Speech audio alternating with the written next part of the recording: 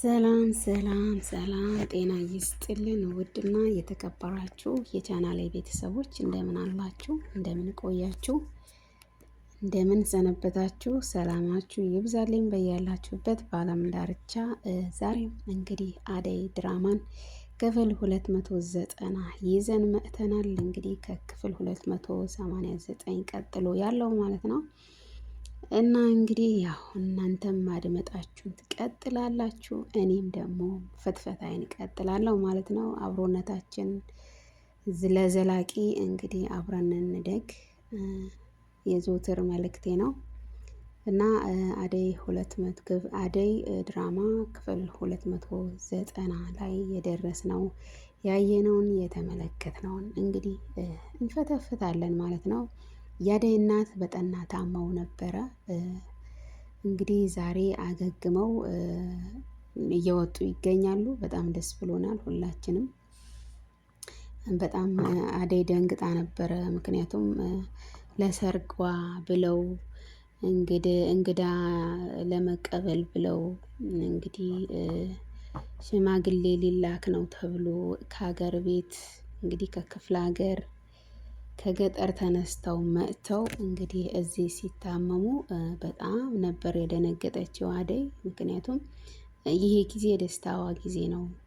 ብዙ ጊዜ ብዙ መስዋዕት ከፍላ አደይ ለዚህ ደርሳለች፣ ለዚህ ውሳኔ በቅታለች። እናቴን እህቴ ብርሃኔን እያለች ነበር እንግዲህ እስካሁን ወንዶች ሲፈልጓት እነሱን አስቀድማ እነሱን አንድ ደረጃ ላይ ካደረስኩ በኋላ ነው የራሴ ትዳር የሚይዘው ብላ እንግዲህ ስትከራከር ነበር ብዙ ጊዜ ለነሱ። ምክንያቱም እኔ ካረዳኋቸው ማን ይረዳቸዋል በሚል ነው። በእርግጥ አደይ ልቤን የነካችኝና አደይን ድራማን እንዳደምጥ በቃ እንድከታተል ያደርገችኝ በነገራችን ላይ አደይ ናት። በጣም ማለት ነው በቃ አለ አይደለም ሀሳቧ በእኔም አለ።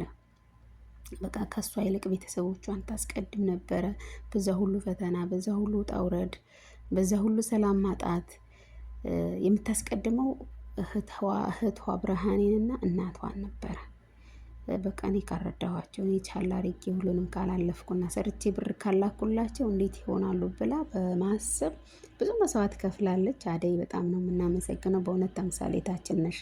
እኔ በቃ እውነቴን ነው የምላችሁ አደይን ድራማ ስከታተል በቃ ከልቤ ነው የምከታተለው እና ለዛም ነው በቃ ያየሁትን እንድፈተፍት የሚያደርገኝ። በዚህ ጊዜ ደግሞ እናቷን ስትታመምበት በጣም ከባድ ነው። እንኳን ለእሷ ለእኛም ከባድ ነው። ምክንያቱም በአሁኑ ጊዜ በቃ የደስታዋ ጊዜ ነው። ጥሩ ውሳኔ የወሰነችበት በቃ ለራሷም ትዳሯን ይዛ በቃ እህቷም እናቷም የምትረዳበት ጊዜ ላይ ደርሳ ደግሞ እናቷ ስትታመም በጣም ጨንቋት ነበረ። አደይ እንኳን ደስ ያለሽ። እንግዲህ ከሆስፒታል ጨርሰው እየወጡ ይገኛሉ። በጣም ነው ደስ ያለኝ በእውነት።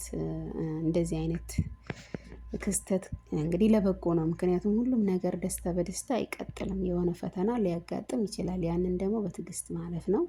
በእርግጥ ለጊዜው በጣም እያለቀሰች ነበረ ትዕግስት አታ።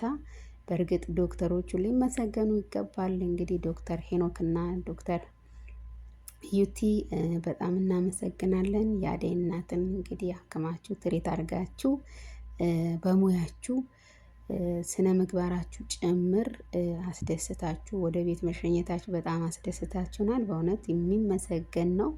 በቃ አሁን ነው ቁም ነገር የያዛችሁት። በቃ ይሄ ነው ዋናው ነገር። ለሰዎች በቃ ከጸባይም ጭምር ከመድኃኒትም ከሕክምናም በተጨማሪ ጸባይ ጭምር ያስደስታል።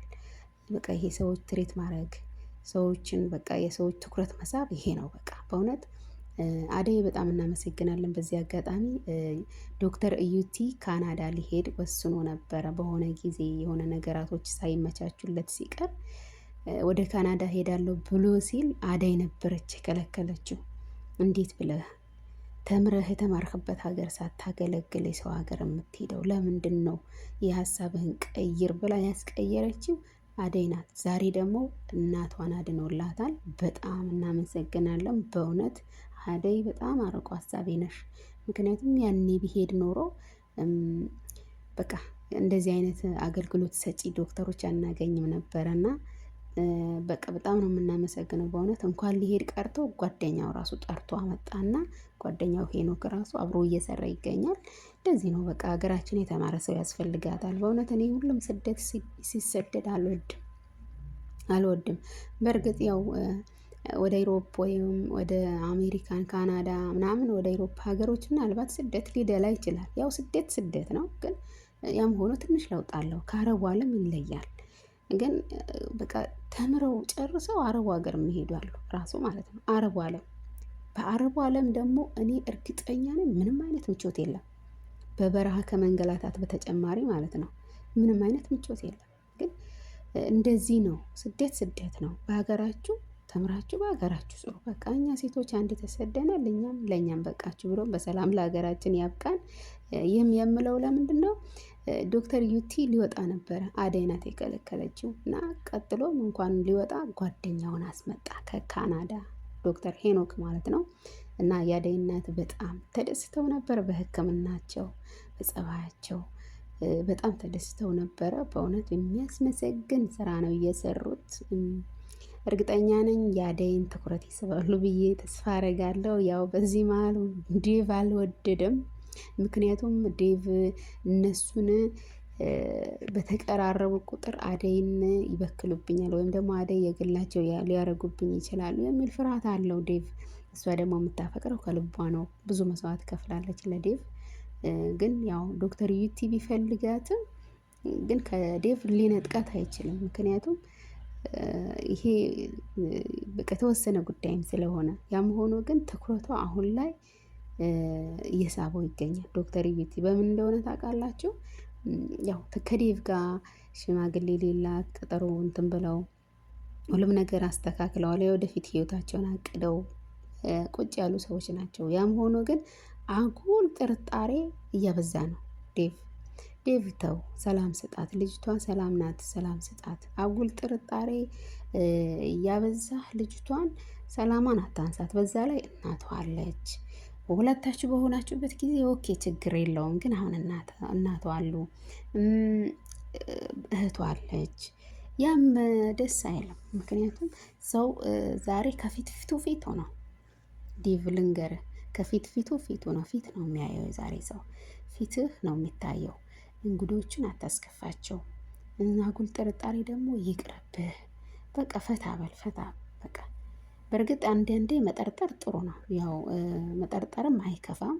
ግን ደግሞ በአጉል ጥርጣሬ ደግሞ ሰዎች ሌላ መስመር እንዲይዙ ማድረግ ጥሩ አይደለም።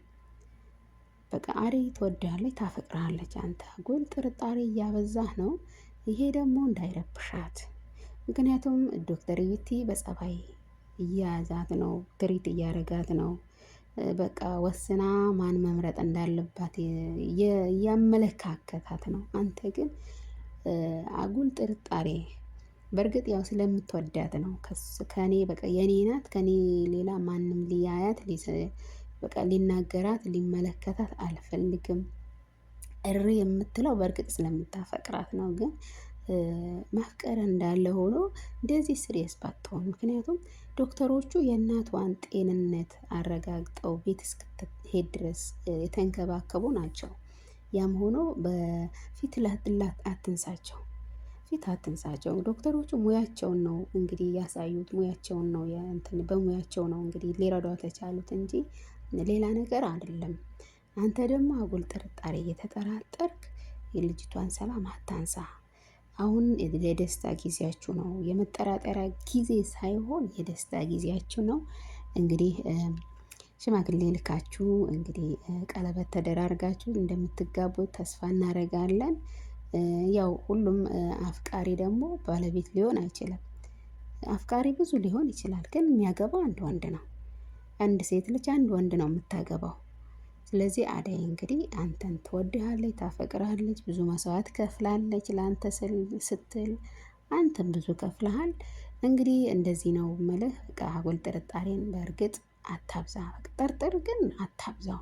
ሰላም ስጣት ለልጅቷ እና እንግዲህ ከእህቷም ጋር ያለህ ነገር ቀንስ። አደይን አታስከፋ። በእውነት እኛ አደይ ልትከፋ አንፈልግም። በቃ እንግዲህ የአደይ እናትም በሰላም ጤንነታቸው ተመልሶ እንግዲህ ያ ምክራቸው ልንሰማ እንፈልጋለን። በእውነት በጣም የሚጣፍጥ በቃ የሚዳሰስ ምክር ነው ያላቸው የአደይ እናት። እኔ በጣም ነው የተስማሙኝ በእውነት እድሜና ጤና አብዝቶ ይስጥልን እንላለን።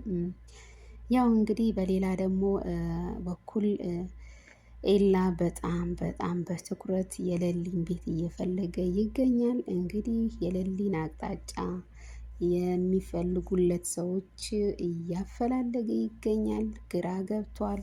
ግራ ገብቶታል ሁሉም ሰው እንዴት ለምን የሚል ነው የሚናገረው። ግን በዚህ መሀል ሊዱ የምታፈነግጥ ይመስለኛል ከፋሚሊው።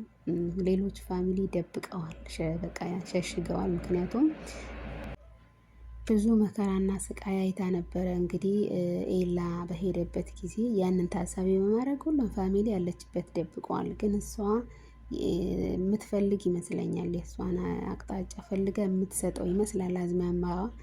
ምክንያቱም እሷን ስለምትወደው እና በእሷ በኩል ያለው ነገር ተስፋ ቆርጦ እሷ ደግሞ ለራሷ ለግሏ የምታደርገው ይመስለኛል። ምክንያቱም ከዛ በፊት በጣም ስትንጦለጠል ነበር ከሱ ጋር።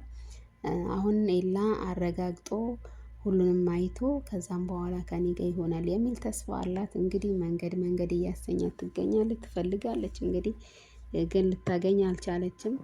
በዛም መሀል እንግዲህ እህቱን አግኝታት ለምን እንደዚህ ታደርጊያለሽ? ቤቱን ብታመለክቺ ወይም ደግሞ ብትጠቁሚ ነግሬሻለሁ እያለቻት ነው። እንግዲህ የባቡሬ እህት ቅምጥል እንግዲህ ከዚህ በኋላ እሷን መፈለግና ማጋለጥ ብትሞክሪ እኔ ዋጋሽን ነው መሰጥሽ ብላ እጇን ጨማዳ ይዛት ነበረ። እንግዲህ ችግር ነው። ሊዱ ደግሞ ቀበጥናት ታረገውም አይባልም ታረገዋለች።